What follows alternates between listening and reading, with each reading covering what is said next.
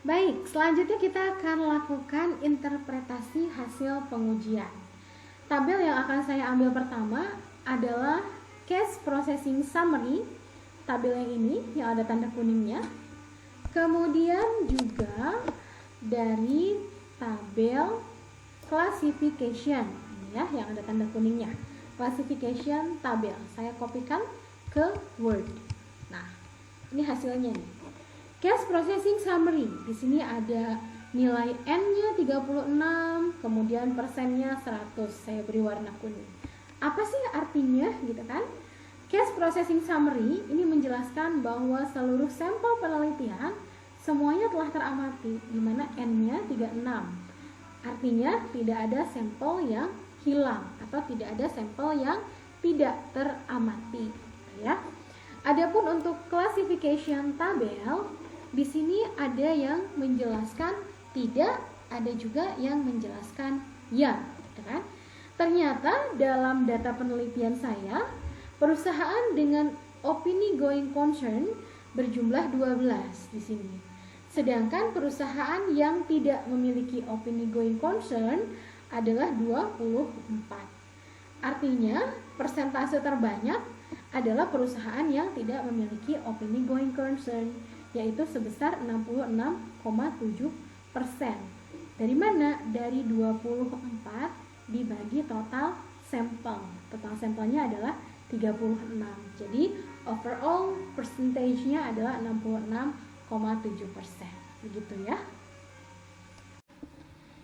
Interpretasi selanjutnya adalah uji keseluruhan model atau overall model fit. Pengujian ini dilakukan untuk mengetahui apakah model fit dengan data. Apa sih fit itu ya? Dengan kata lain, fit itu untuk mengetahui apakah semua variabel independen mempengaruhi variabel dependen. Gitu. Nah, kaidah keputusan yang digunakan adalah likelihood L, merupakan probabilitas bahwa model yang dihipotesakan menggambarkan data input. Bagaimana caranya? Kaidah keputusannya yaitu adalah dengan membandingkan antara nilai likelihood block pertama dengan nilai likelihood block kedua. Apabila terjadi pengurangan pada nilai likelihood block pertama dengan nilai likelihood block kedua, maka menunjukkan bahwa model yang dihipotesakan adalah fit dengan data, gitu ya.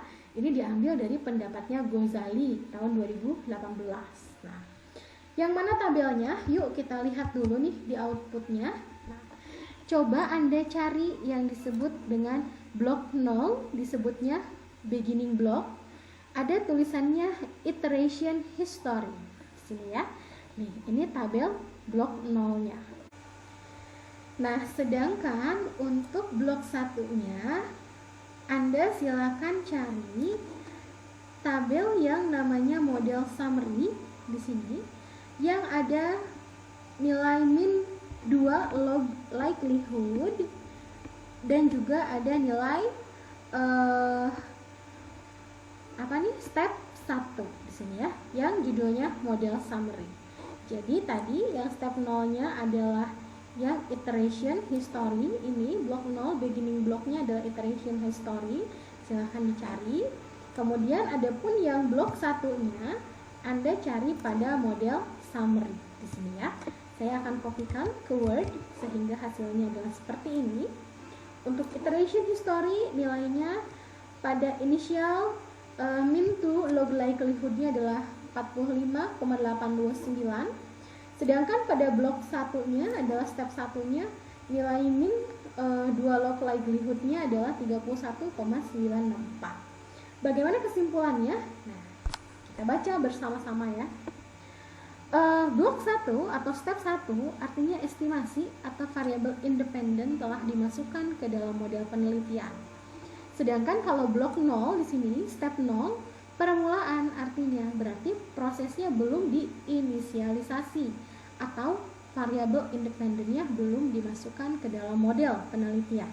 Nah, nilai min 2 log likelihood step 0 adalah lebih besar dari nilai min 2 log likelihood step 1 atau 45,829 lebih besar dari 31,9694.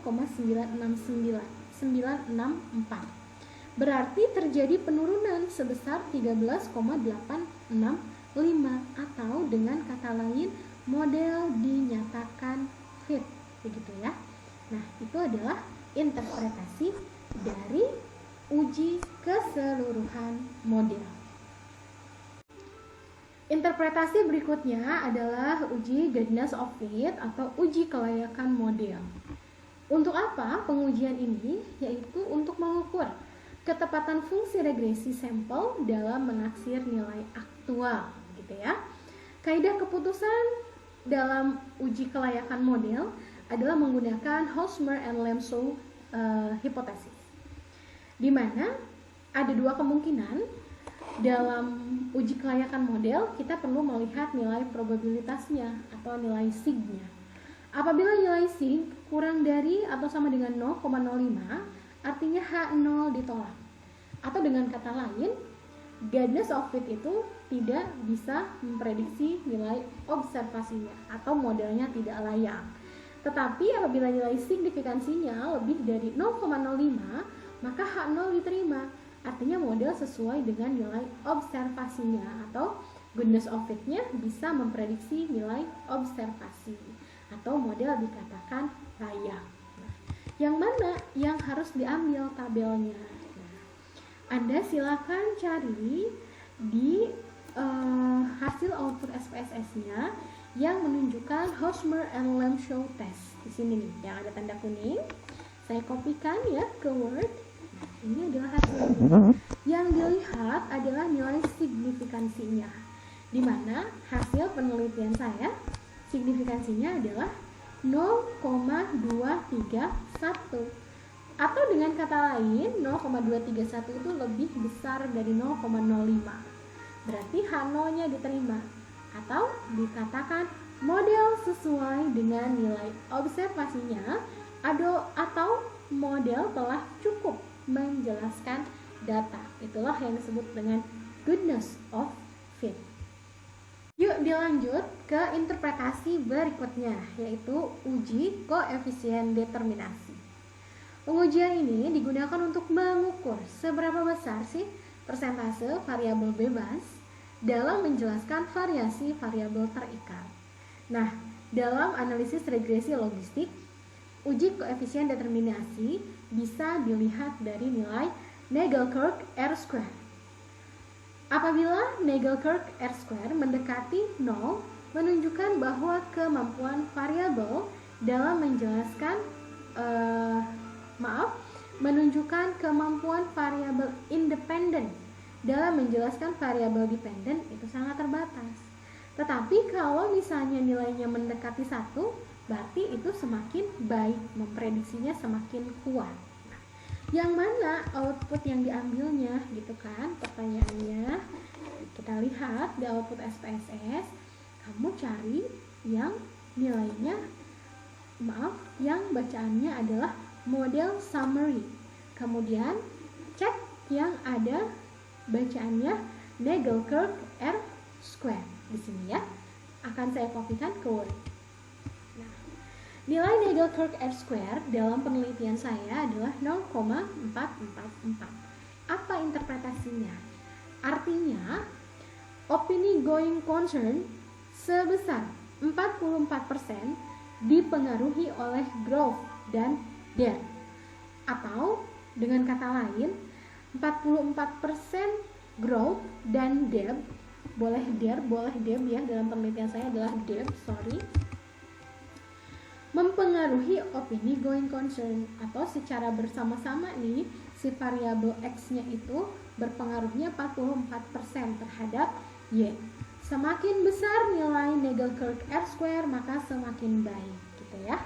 Sedangkan kalau 44% ini berarti berapa sisanya dari 100%? Sisanya kan adalah 56%. Nah, 56% ini berarti bahwa ada variabel lain yang mempengaruhi opini going concern yang tidak diteliti dalam penelitian saya. Begitu ya.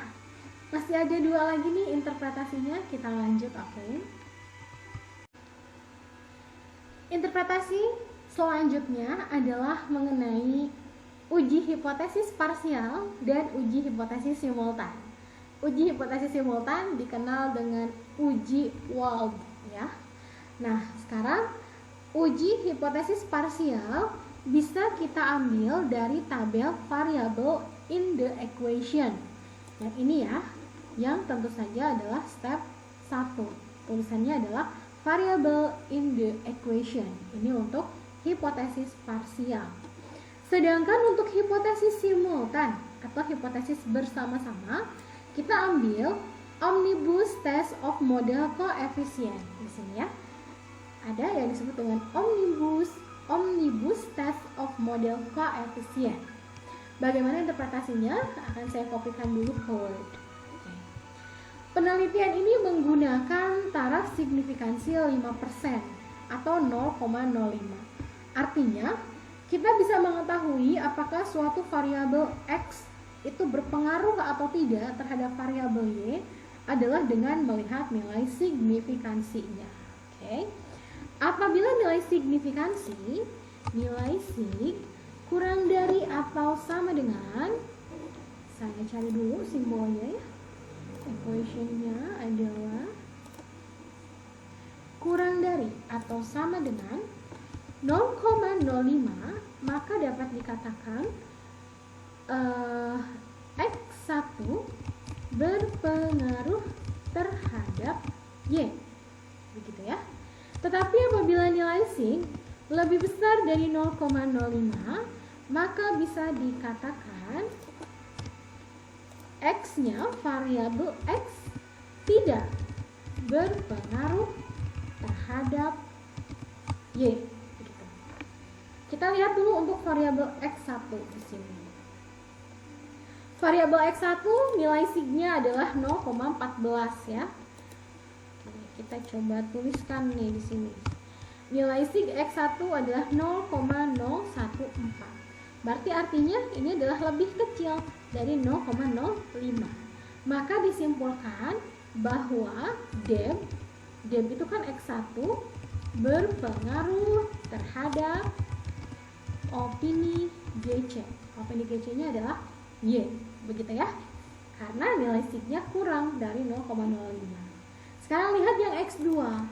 Yang X2 ternyata nilai signya adalah 0,169.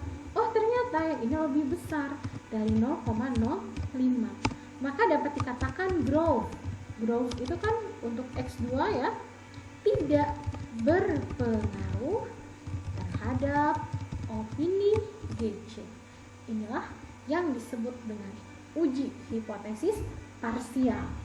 Yang terakhir adalah uji hipotesis simultan. Tadi sudah disebutkan. Uji hipotesis simultan ini disebut juga dengan uji Wald, menggunakan tabel omnibus test of model coefficient. Kita juga sama, hanya perlu melihat nilai signifikansinya. Apabila nilai signifikansinya kurang dari atau sama dengan 0,05, maka dikatakan variabel X secara bersama berpengaruh. Tetapi apabila lebih dari 0,05, maka dapat dikatakan variabel X secara bersama tidak berpengaruh.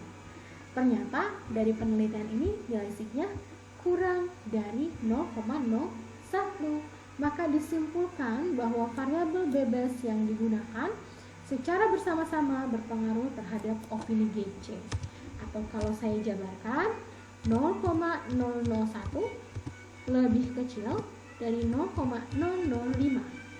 Maaf, 0,05.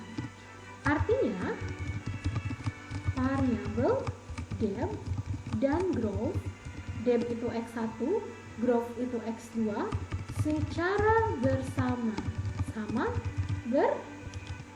berpengaruh terhadap opini going concern. Begitu ya. Nah, itulah interpretasi dari output analisis regresi logistik. Nah, kita sudah praktik bersama mengenai analisis regresi logistik. Begitupun dengan saya sudah interpretasikan seluruh output dari SPSS, analisis regresi logistik. Mudah-mudahan sesi belajar kita kali ini memberikan ilmu yang bermanfaat, juga ilmunya bisa difahami dengan baik, gitu ya. Saya rasa sesi belajar virtual kali ini cukup. Terima kasih atas kesediaan waktunya menyaksikan video ini.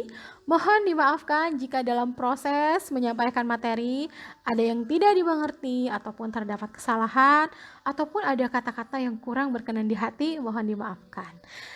Bagi Anda yang ingin belajar lebih lanjut mengenai analisis regresi logistik ataupun ada pertanyaan lebih lanjut mengenai analisis regresi logistik, silakan ketik di kolom komentar atau boleh email secara langsung ke pratiwilaras.unpar@gmail.com atau di deskripsi boleh dilihat gitu ya. Terima kasih saya ucapkan sekali lagi. Saya akhiri, alhamdulillahirabbil alamin. Assalamualaikum warahmatullahi wabarakatuh.